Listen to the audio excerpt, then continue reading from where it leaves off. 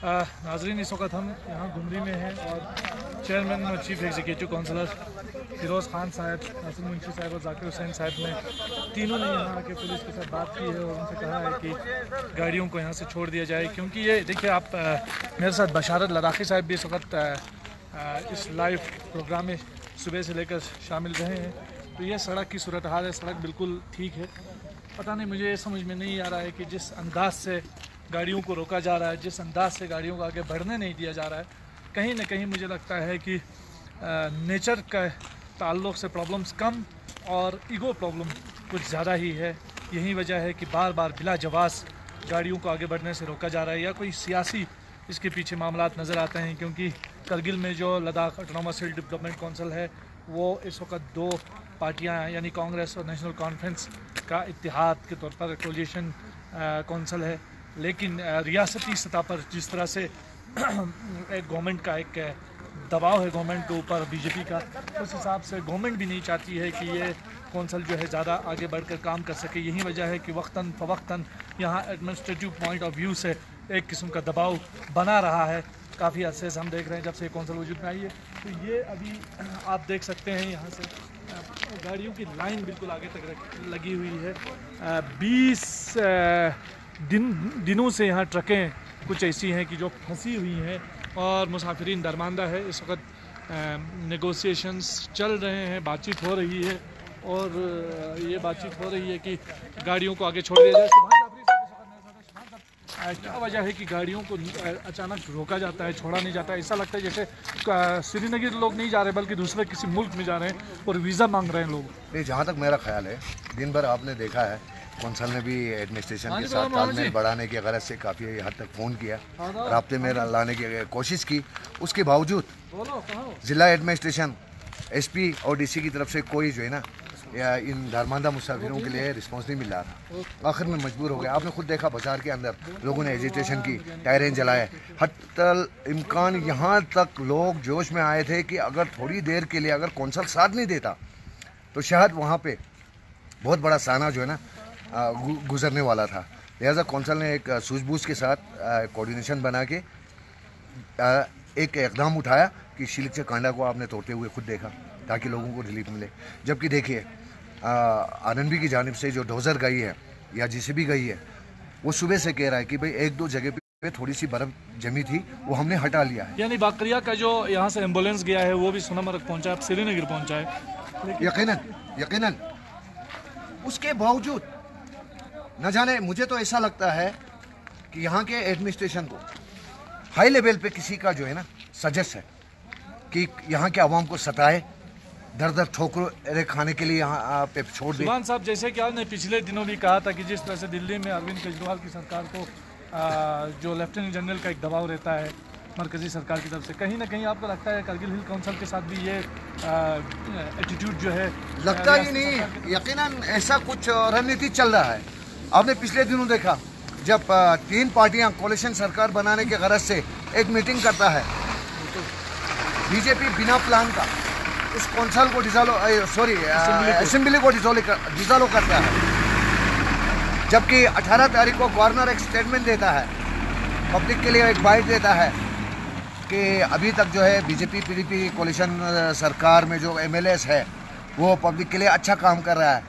अगर सदर राज भी क्यों ना लागू हो जाए रियासत में, हम असेंबली डिसॉल्व नहीं करेंगे। बिल्कुल, जैसे ही तीन टीम सामने आ जाती है सरकार बनाने के लिए, तो बीजेपी को रातों की नींद उड़ जाती है।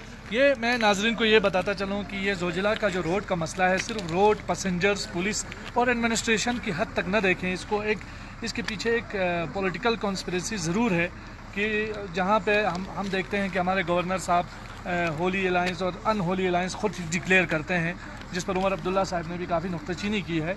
और उसी तरह मुझे लगता है कहीं ना कहीं यहाँ के एडमिनिस्ट्रेटिव अफेयर्स में भी रियासती सरकार की तरफ से एक अनहोली दबाव जारी है, जिस वजह से यहाँ के लोगों को दरमांदा होना पड़ता है। बशारत साहब, आप ज़रा कैमरा थोड़ा घुमाइए, पीछे दिखाइए कि लोग कहाँ से गाड़ियाँ जो है वो यहाँ पे हैं, रुकी हुई हैं। और भाई साहब, एक बशारत साहब, ये यहाँ पे एक हमारे साथी, आप कहाँ से हैं? बेसिकली मैं जम्मू से हूँ जी सर। वो 2 दिन से यहाँ स्टे करा रखा है करगिल में, आज छोड़ेंगे आज छोड़ेंगे आज छोड़ेंगे। मौसम तो बिल्कुल साफ है, रोड तो साफ है, क्या वजह? मौसम कोई ऑब्जेक्शन नहीं, मौसम ये कुछ इनका आपस में ईगो प्रॉब्लम है एडमिनिस्ट्रेशन की, ईगो प्रॉब्लम की वजह से स्टेशन की तरफ से कोई मदद नहीं मिल रही, कोई still not we have not got any help. तो यहाँ को आगे बढ़ने की आपको इजाज़त नहीं दी गई, जबकि सुना गया कि कल ट्रैफिक को छोड़ दिया गया था। तो कल यहाँ से कल 17 गाड़ी गई हैं विदाउट परमिशन, तो आज हमको नहीं छोड़ रहे क्योंकि we are staying for last 2 days here. तो ऐसे वेरी कोल्ड एरिया। आप क्या काम करते हैं? बिजनेसमैन हैं आप, जम्मू से आए हैं। जम्मू एक गर्म इलाका है जैसे सब जानते हैं, और ये घुमरी जो है coldest area of the region है, और यहाँ पे ये लोग फंसे हुए हैं पिछले 2 दिन से। ऐसे भी लोग हैं जो 20 दिन से। आप 7 दिन से? आप 7 दिन से मैं श्रीनगर से हूँ। श्रीनगर से? हाँ सर। आपको क्या लगता है, रोड तो साफ है, मौसम तो साफ है, अपने फ्रेंड्स को छोड़ दिया, हमें बोला कश्मीर तुम यहाँ हल्ला मत करो, तुम पीछे बैठो, हम FIR दर्ज कर लेंगे। पुलिस ने कहा? हाँ, ये पुलिस में मुझे सब इंस्पेक्टर ने बोला हुआ कश्मीरी पीछे रहो, तुम हल्ला मत करो यहाँ पे, हम FIR काटेंगे। हमने पिछले बार भी 2 को काटा है, आपका भी काटेंगे। फिर मैं चुप करके रहा, मैंने सोचा हमारा नाम लग गया ही है, फिर यहाँ भी ऐसे ही हो जाएगा। तो ये एक आप देख सकते हैं कि किस तरह का एटीट्यूड जो है वो दिखाया जा रहा है, किस तरह का बिहेवियर इनके साथ अपनाया जा रहा है। फ्रेंड्स रिलेटिव्स को छोड़ा, हमारे सामने मेरे कमरे में 26 बंदे थे, उनको छोड़ दिया, खाली हम 2 बंदे हैं जो अभी यहाँ है, कल वो पहुँच गए सरकार, और 26 बंदे थे हम, खाली अब 2 हमारे। रोड के बारे में क्या कहा जाता है? रोड तो क्लियर है, सुबह एम्बुलेंस और मौसम भी साफ है, सुबह लगभग 10 बंदे गए एम्बुलेंस में। रुको, ये बोलते हैं कहीं हवा है, कहीं स्लेट है, कहीं कुछ भी नहीं है। इनको बोलो जरा हमारे साथ चल के कुछ दिखाओ, एक बूंद बर्फ कहीं भी नहीं है। रास्ता जो इधर है वो रास्ता बराबर सुनाम रखता कोई सही है। क्या आपको लगता है कि ये जो एडमिनिस्ट्रेशन है वो अपने सर से बोझ हटाना चाहता है, इसलिए मगर सर मैं सीसी साहब का सलूट करता हूं। चाहता है वो सर पे बोझ लेके बैठा हुआ है पॉकेट में, ताकत ज्यादा उसको, इस वजह से सर पे बोझ लिया बैठा हुआ है। इनको छोड़ेगा ये अपने शायद खुद अपनी जिम्मेदारी उठा के जा सकते हैं, गारंटी के साथ।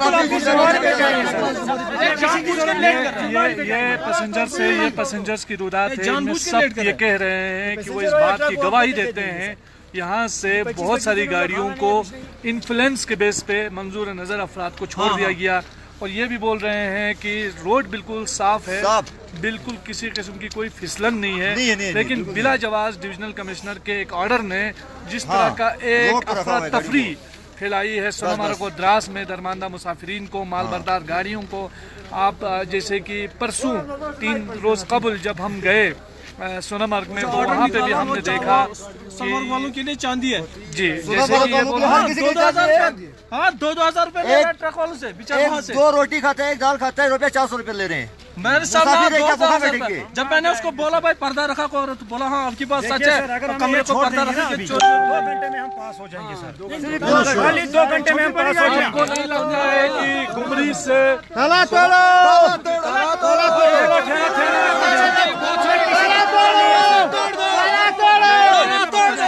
प्रोटेस्ट हो रहा है, लोगों का रेजेंटमेंट है? मैं चाहता हूं कि आप शोर करने से बेहतर है लोगों तक बात पहुंचाएं इंशाल्लाह। और मैं ये कहना चाहता हूं घुमरी से सोनामार्ग जो जाते हैं, आपको नहीं लगता है कि एक ही रियासत में आप चल रहे हैं, नेशनल हाईवे पे आप चल रहे हैं? ऐसा नहीं लगता है कि आप इन मुल्क से दूसरे मुल्क जा रहे हैं और आप वीजा मांग रहे हैं?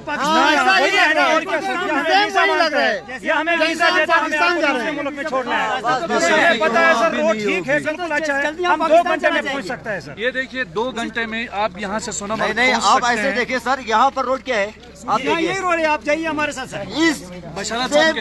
आप देखा है सर नीचे, ये रोड क्या है?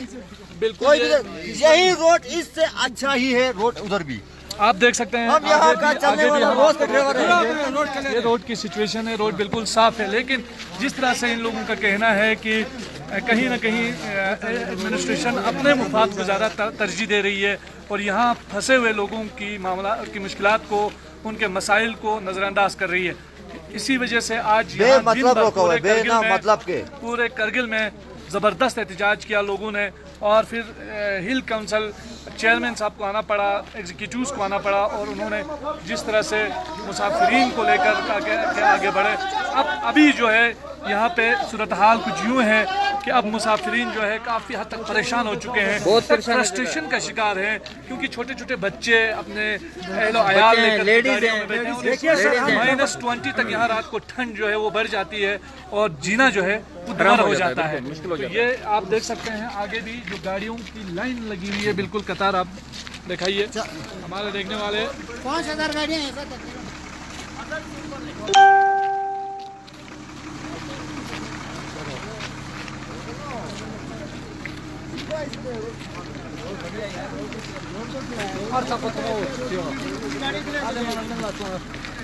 तो नाज़रीन, हम आगे आपको अहवाल और दिखाएंगे, आगे कुछ अपडेट और होगी तो हम आपको एक बार फिर लाइव पे लेके आएंगे। तब तक मैं और बशार लद्दाखी को इजाज़त दीजिए, हम दोबारा मिलेंगे। खुदा हाफिज़। क्यों